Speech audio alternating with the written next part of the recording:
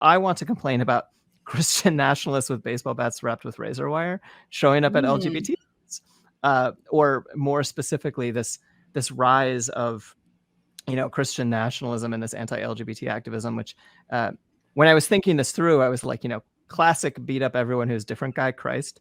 I think that was his thing. Yeah. That's what he did. He beat the lepers into healing. Like first he beat the shit out of them. Yeah. And then they were healed. Yeah, totally. And he went among all the sex workers and stuff and was like, what you're doing is wrong. Yeah. Everybody knows that. Classic Jesus behavior. But this is what's been getting at me lately, because it's just so, I mean, it doesn't make any sense. It seems like the least bothersome thing in the world is what consenting adults do on their own time, and I can't wrap my head around people claiming that this has anything to do with the concept of like freedom and liberty. It's the same people claiming that they're into those things, like running around and being like, oh, you can't be gay though, right? And I'm like, wait, I thought we got over this. Like, that was something. We've been over this, like, but it's like they're just dredging up the old, dusting off the old culture war, trophies here.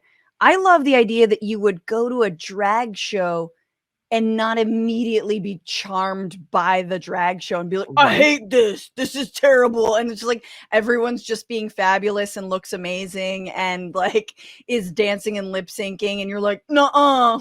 Yeah, exactly. Like the most joyful, fun, performative thing that like actually like if you're uncomfortable, it's like a good uncomfortable. It's like a fun uncomfortable. It's like it's more just jealousy. Like, man, I wish I could do that. I know. I'm not half as good at makeup, like it's so annoying.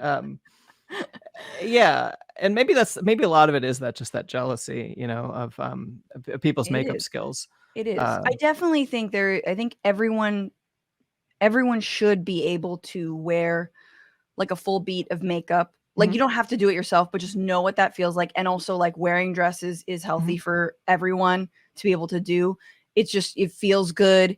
And I think that, I mean, it's not all that. A lot of it is just hatred, but a lot of it is like, maybe like you've never worn sequins before, Joey. Like, I think you really need to just wear something fabulous and put the baseball bat down. Yeah. Or keep the baseball bat be on the other side. Because that's the other thing that really strikes me, is that they keep thinking they're like, we're going to go to these like men in dresses and think that they're pushovers. And it's like, do you know what it, I mean, I'm a trans woman. I'm perceived as a man in a dress most of the time. It's like, I'm used to people causing trouble with me. It's not a very effective. Don't think I don't have a bat, motherfucker. Yeah, like I carry a large knife. It's very visible, and and it makes people leave me alone. And it just, the idea that you'd be like, oh, this community that's just going to be a bunch of pushovers. Like, you don't know anything about the history of about the history of drag, about the history of LGBT activism in general. Like, we are not wimps, and that is the I wasn't supposed to come up with anything positive in this, but the positive part of it is that it's like, they're always outnumbered, right? The Christo-fascists or whatever are always outnumbered by people who, whether LGBT or not, are like, what are you doing? You can't just show up and make people, be afraid for their lives for being gay.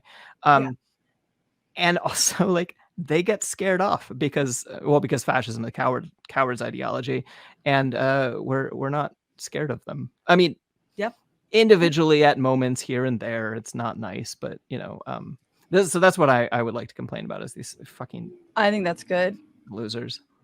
I think it's important to complain about the losers, and the way that like Republicans in power are straight up weaponizing that, if that's like a thing people care about, like that, like drag shows are hurting them more than like not being able to put food on the table. Yeah, like, that's exactly right.